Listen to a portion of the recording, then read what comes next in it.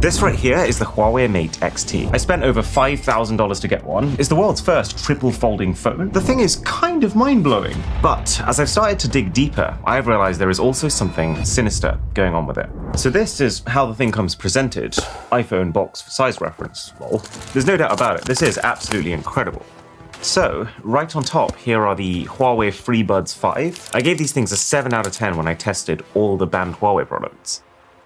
Got a car charger, 88 watts. Blimey neck, that's generous. But then, I suppose equally at the same time, this is the kind of experience that you would expect. Anyone who's willing to pay thousands of dollars for a first-generation product is a true fan, and Huawei needs to make sure that those fans are looked after. So in here, we got tips for the earphones, a bunch of papers, and then a carbon fiber case. Okay, we'll come back to this. What's in here?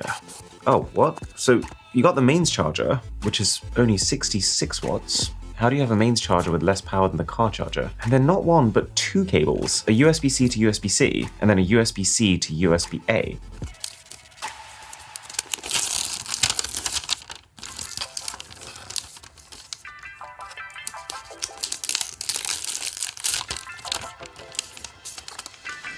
Now, before the whole "we didn't even need one fold, why on earth would we need two folds" army comes to get me, hear me out, because there is something I think is absolutely amazing about this. Ever since the very first foldable phones, we have had a problem. I think it's fair to say that most people are interested in the idea of a phone that could become a tablet at the snap of their fingers, a massive screen to watch movies or play your games on. But the reason that very few people follow through and actually buy these folding phones, like the ones from Samsung, is price aside, if you want to make it usable while it's folded, it's got to be tall, like a phone. But then that means that when you open it, it's got to be square. And because videos and games are all designed to be widescreen, it barely makes your experience bigger than just using a normal phone. And so the only thing left for foldables is to be better at crazy multitasking. But that's niche. And just be honest, most people who could afford one of these already have a laptop or a proper tablet for that anyway. But that is where this Huawei comes in. So you open once from here, and yeah, in this form it is basically the same as a normal foldable, aka pretty useless for most types of content. But look what happens when we open one more time. The extra width from this one extra fold is an absolute game changer. I mean, like, this is an iPad. It's widely considered one of the best devices for catching up with your movies on an airplane. But now we have a phone that gives you practically the same viewable screen area when watching content, except this one folds into something resembling this. What year are we living in? And what Huawei has done to achieve this is actually just as cool. So this is Samsung's Z Fold 5, and when folded, it is 13.4 millimeters thick. Samsung's very latest is 12.1 millimeters. Huawei's triple folding phone is just 12.8. They've crammed in a whole extra layer. This is like 2D versus 3D, while barely making the phone thicker at all. And what that means is when the thing is unfolded, this is 3.6 millimeters thick. Obviously, it is easier to make things thinner when you have more space this way, but 3.6? I did a video a few years ago on the thinnest smartphone in the world, and that was 4.75, and the current iPhone is 8.3 for reference. It genuinely feels like some sort of sci-fi movie prop, and I can't quite believe this is a final product. You know where it really hits home just how slim this is when you realize that every single port, button, and cutout looks like it barely fits on the device. Not to mention that you can really tell they've put some love into this design. Like, can you see this gold accent ring around the camera? Well, that is apparently hand-designed with almost 80 layers of stacked steel. Very much like, actually, those highly prized Damascus knives. And what it means is that every single phone looks just a little bit different, and that's cool. So, is this what foldable phones should have been like all along? Is this what Samsung should be making starting from next year? Well, it certainly looks that way on first glance. Because let's say that I'm using a normal bifold folding phone. I could use it in one hand like this, I could use it in two hands like this, or I could use it on a table in its half-folded state. But what can you do on this? Well, for starters, you've got the normal phone mode. You got the screen on the front, you got the camera on the back. This is effectively the same as using a normal folded phone, folded up. So then you open it up. And again, functionally at this point, we are still identical with what you get with a normal folding phone. And also, like a normal folding phone, you can use the screen that's currently facing the back to allow the person you're shooting to see themselves, and also to allow you to take high quality selfies using your phone's rear set of cameras. Damn, that looks good. But then you get the third screen involved, and this is where you can start to do some very interesting stuff. Like you can use two screens to watch what you're doing while using the third screen to angle your camera. You could actually have two screens to work on and then use the bottom screen folded up like that as a stand. And then you add this case into the mix, which in itself already has a stand that can rotate to any angle that you want it to, and you start to think to yourself, I can use this phone however I can think to use this phone. This is what I mean when I say that the extra screen here is like the difference between 2D and 3D, because the possibilities aren't just additive, they are multiplicative. And they've managed to do all of this without even sacrificing on the cameras. I mean, you can probably tell by the fact that this camera bump is half the thickness of the phone, but this is on the upper end of foldable phone cameras. And even though it is somewhat early days on the software, like not that many things are fully optimized for 3 screens, it does feel like they have thought about the user experience. Like, for example, when you want to unlock, the pin screen comes up on the side that you swipe up with. So this is interesting enough that yes, I would love to see what Samsung and Xiaomi and other foldable phone makers can do with this type of form factor. Because while it does create a number of issues in itself, they're all solvable. And what it does is it fixes the one big one and actually makes foldables useful for the masses.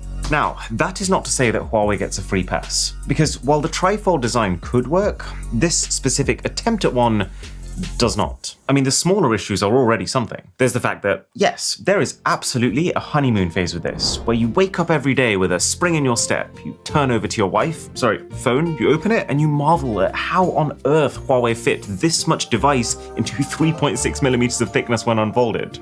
But as the days go on, you come to another realization, that because this thing is now twice as much effort to unfold, you're going to end up using it a lot more just like this. And when you use it folded up like this, you're basically just holding a brick phone that happens to weigh 300 grams. Because even though the thing isn't much thicker than normal phones, it's the hinges. Having to have 2 hinges on this means that a higher proportion of the device has to be made of densely compacted metal. And speaking of hinges, they don't fold both ways. So the front folds outwards, whereas the rear folds inwards. And if you get that wrong even once with a little too much pressure, well, it will still fold, just irreversibly. I've seen this happen enough times that I have decided I won't be the guy who tries it. And it ain't just the hinges, you also have to be very careful with the screen. Folding phone screens are much easier to scratch than normal phone screens, and there are lots of situations when using this where you have to expose some part of this pressure screen to the elements. And on that note, how precious? Well, you know that I paid $5,000, which is obviously not the retail price of this thing. I managed to scalp one and sell it on eBay for profit price. But even the retail price in China, where it's mainly on sale, is $2,800 or $3,400 for the top spec model. And because this screen is such a unique component, the repair costs for this piece alone are $1,000. And even when you're not looking after the screens, you're looking at the creases on them. Do you notice they're actually not the worst we've seen, but by no means invisible? Well, that's partly because when you add more hinges, you can't make each hinge as good. A good hinge that doesn't crease the display takes up valuable space. And since the entire priority here is to compress the design as much as possible, something's got to give. But as I was saying, all of these issues, potentially solvable. And to be fair, expected when you're trying something that's this different. None of this stuff makes this phone a write-off. There is a deeper Huawei problem. And I'm not even talking about the over 50 pre-installed apps, or the fact that if you want to do literally anything Google, you have to do it via one of these shady applications that try to convince Google you're not coming from a Huawei phone. Like, the most common one is Gbox, which signs into Google by identifying as a Samsung Galaxy A22. I know because I got the email confirmation for it. Here's the thing. If you've watched any Huawei launch events recently, you'll have seen that Richard Yu, who leads them, keeps saying that Huawei is far ahead of its competitors. This company feels hyper aware of what Apple and Samsung are doing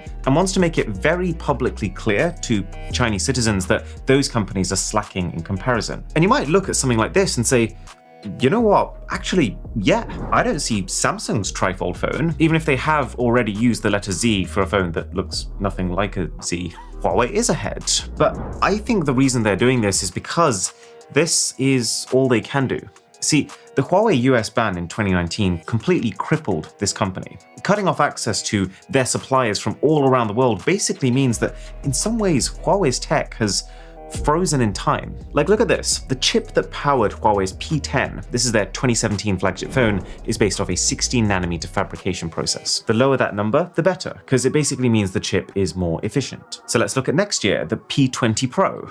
Wow, huge improvement, 16 nanometers all the way down to 10 nanometers. And again with the next phone, the P30 Pro, 10 nanometers all the way down to 7. But this is the year the US ban struck. And if you look at Huawei phones since then, in 5 years, they haven't actually managed to move past 7 nanometers. Now don't get me wrong, Huawei's chips have been refined since then. They are better, but it's just that the baseline tech is now far behind the rest of the world. And I think this is Huawei's way around that, to not really talk about the chips or the rest of the tech like the storage speeds that are also stuck in the past, but instead to try and come across like they're not behind but actually still ahead by creating a new design. Otherwise it might start to look like they're just releasing the same phones again and again.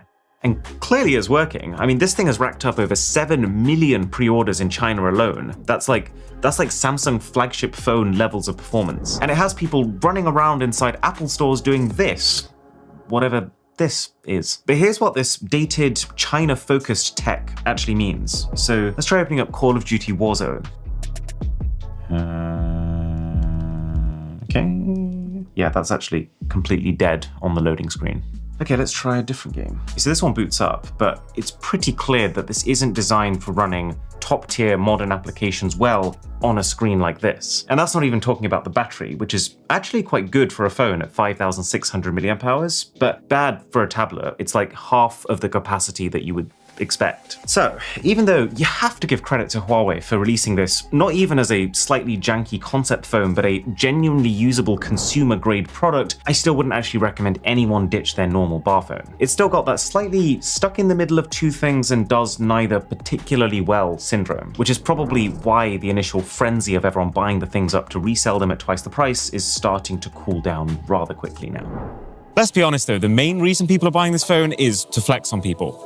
Literally. So let's use this video's sponsor, the Insta360 X4 camera, to catch that in action. So here's what I think is absolutely amazing about this camera. It captures every single thing around you all at once in 8K resolution, by the way. So you don't need to angle it, you don't need to check the feed to make sure you're not missing anything. All you need to do is to hold it or put it in a backpack. And this is what that footage looks like. It automatically gets rid of the invisible selfie stick. So all you can see is this like drone floating directly in front of you, perfectly locked onto you. But the software is the best bit. Because let's say that you're looking through the footage afterwards and you catch something that you want to follow. Like in this case, this person looking at me like the fool that I am acting as. You can literally just tap on their face and your camera tracks them automatically after you've already taken your video. And if you don't want to do any editing at all, there's even an AI button that automatically selects the best bits for you. Link below to get yourself the X4 with an exclusive 10% discount, as well as a free 3-meter selfie stick to get your own drone-like shots like this.